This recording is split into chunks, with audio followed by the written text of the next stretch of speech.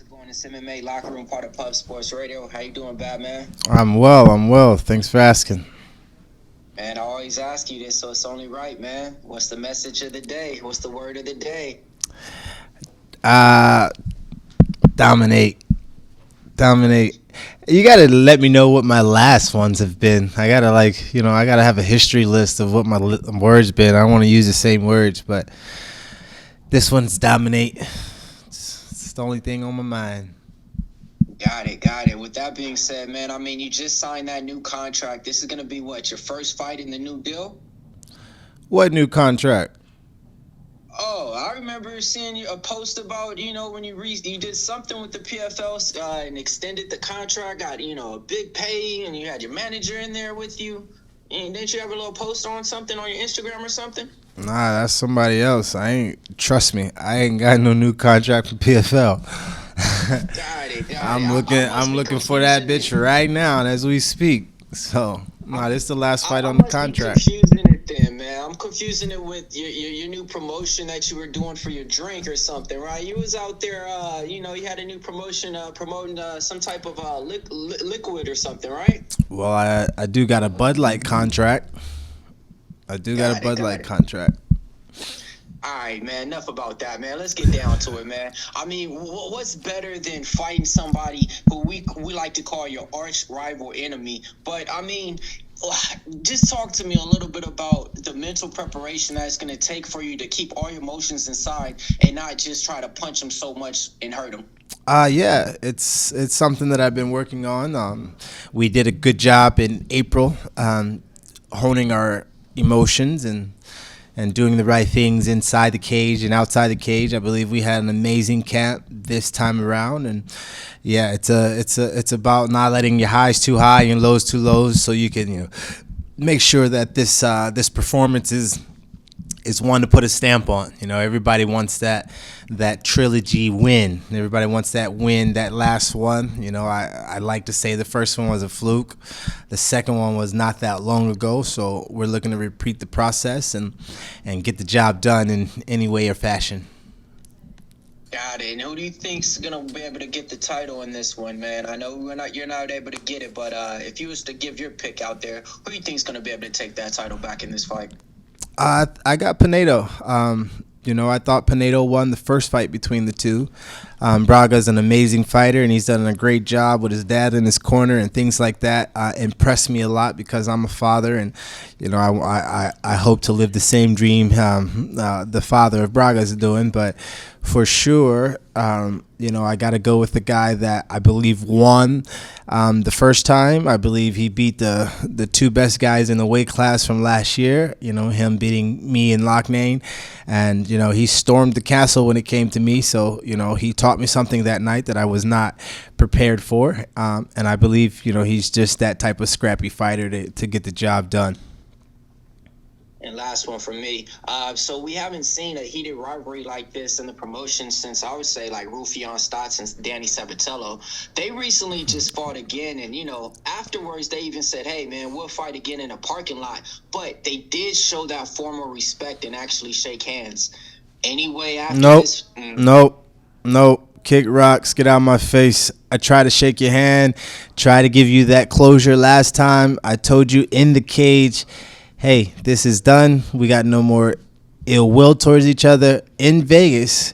I got everybody in the crowd, everybody in the world that I want to be there at that moment. And if he wanted to do something, we could have definitely did something. And I let him know then, hey man, this Ventrell that we have is canceled. And he went back home, and somebody gassed his ass up, told him that I put my balls on the back of his neck, and he came back with a vengeance, or came back with his mouth. And I was already the gentleman. I was already the nice guy. I was already the bad man, but a good guy. And he decided to override that. When me and him had a personal one-on-one, I told him, let's dead it. And he gave me the impression that he was about that. And he went home, and I'm evicting him. Today is, not today, but Friday will be his last showing with me, and I will be evicting his process. I will be taking him out of this organization.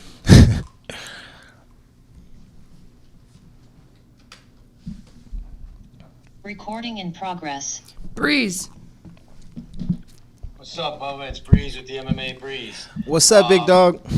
Not a whole lot, man. Pumped to see you guys throw down for the third time.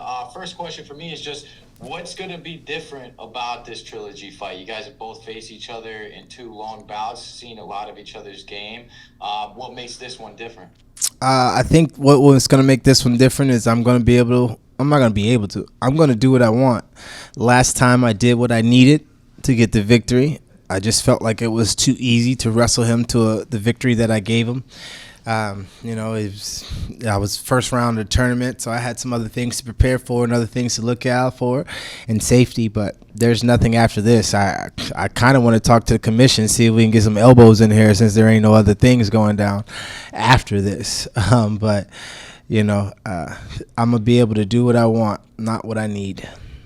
Yep. Speaking of the elbows, Bubba, there was obviously the news of the acquisition or the merger with Bellator and PFL. You have a history with the other promotion, and obviously you have quite the run here with the PFL. What's your take on the acquisition or the merger, and what do you see for your future here now with the 2 promotions colliding? Man, I love it. It's a beautiful thing. Anytime PFL is doing anything and making news, making waves, I'm appreciative of the guys at the higher ups doing these things, and especially to, strengthen the roster and get some other guys in here, get some other pigs to hunt in the woods is a good thing for me. So I'm excited about that. And there were a lot of Bellator fighters that was ducking and hiding behind management and hiding behind their little wave and their little train that they were on, and Bellator was allowing them to allow me to stay out of the fights and just put me on the side 6-7 months at a time. So that's one of the reasons why I asked for my release. Y'all not going to give me the fights that I want. You're not going to give me the opponents that I want. You're not going to give me anything that helps me go towards the championship. I'm going to ask for my release. But full circle, a table is made in the presence of your enemy, and that's what I've read before. So I'm excited about the fact that they got to come see me, because I'm the guy, I'm the big bad wolf where I'm at. That's right. Last one from me on that note is there anybody on the Bellator roster, because you used to compete there, you're familiar with those guys, is there any 1 or 2 names that stick out to you that now has your juices flowing, saying, man, that's one guy I gotta face? There's a couple of names out there that I'm excited to see. I'm not gonna give y'all that yet. I want anticipation for the next interviews that I give, I suppose, when it comes down. But also I'm truly focused on Karen right now. Karen, Thomas, and the rest of the Wades. There's probably 6 of them in my DMs right now, but Karen can get it first, and then we'll see what's happening later. Best of luck, Bubba. Thank you. Thank you. Jay Christian. Bubba Bad Man, how you doing, brother? I'm Jay good. Christian, Gary Focus Fights Audio. I'm good, buddy. Thank you. I got a few questions to ask. I mean, the last time we seen you on a globally known PFL press session, it almost felt like the rest of the assembled masses, John Morgan and myself included, were huddled in the corner waiting for you and Chris to come to blows, man.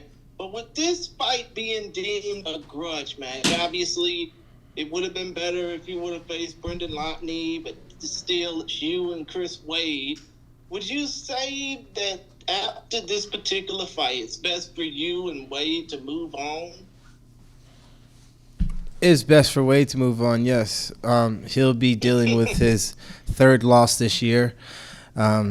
He's one of the most gifted from the PFL. They gift him all these things, and for him to get another fight, he was gifted to be in the playoffs. He's gifted to get another fight on the championship night when it has nothing to do with him, and it hasn't had anything to do with him since Mavlet was healthy. He's going to be dealing with his 3rd loss this year. he'll know that as long as I breathe and live, he's got no sniff at the title, and therefore he can pack his bags and get moving. He said he lives rent free. Well, that eviction notice is in, and it definitely wasn't free last time. He paid that rent. Right. You probably might have to do like what Dolomite did in Coming to America. But still, though, second question I want to ask, and I know that Breeze already opined on this, but with the possibility of you facing off against Bellator's best again, would you hope that your next fight after facing Chris Wade be against a top Bellator contender? Absolutely. I'm looking forward to testing the waters over there with some of the names that either declined to fight me or got management involved so we couldn't fight, or had a hype train going that management didn't want to knock off. And knowing that I'm the type of fighter that I am, they knew that was very possible. So I'm excited to have that card split in the block.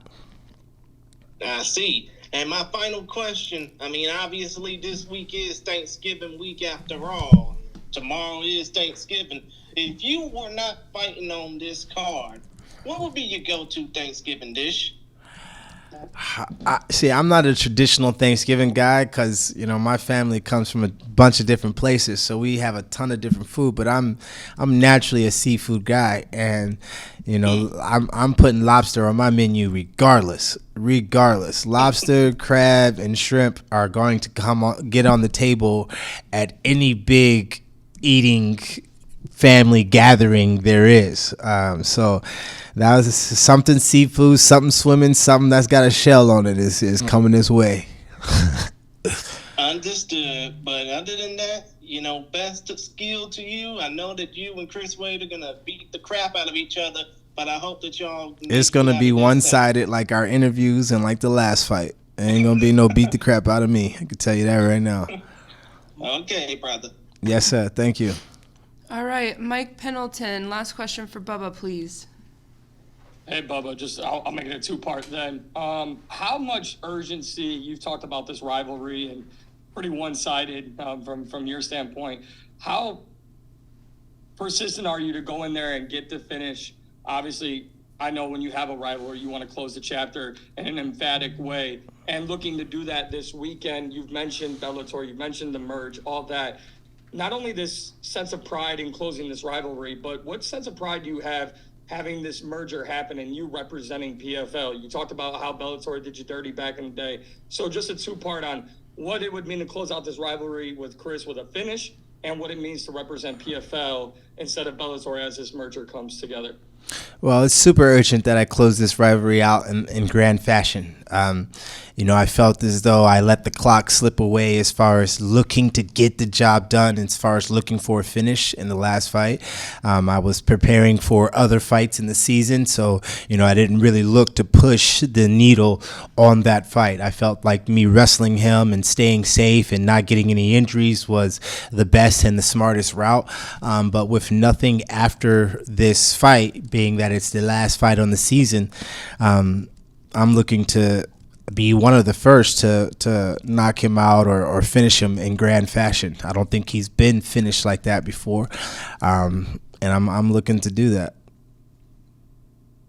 And the Bellator question, I'm excited about what they have going, what they had going, and what PFL is now bringing to the table.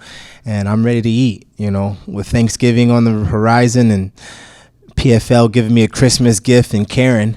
I'm excited about the things that PFL is going to be doing, and I'm a part of it in a big way. Representing them is for sure a plus for me. I love everything about PFL. The higher ups, from the camera people to the interviewees to PFL is definitely my favorite organization over all the years. And, I've been in a lot of corners to coach and this and that. And, I haven't always liked being in other organizations, but PFL is creme de la creme of it all. And I'm excited to see what they put on my plate.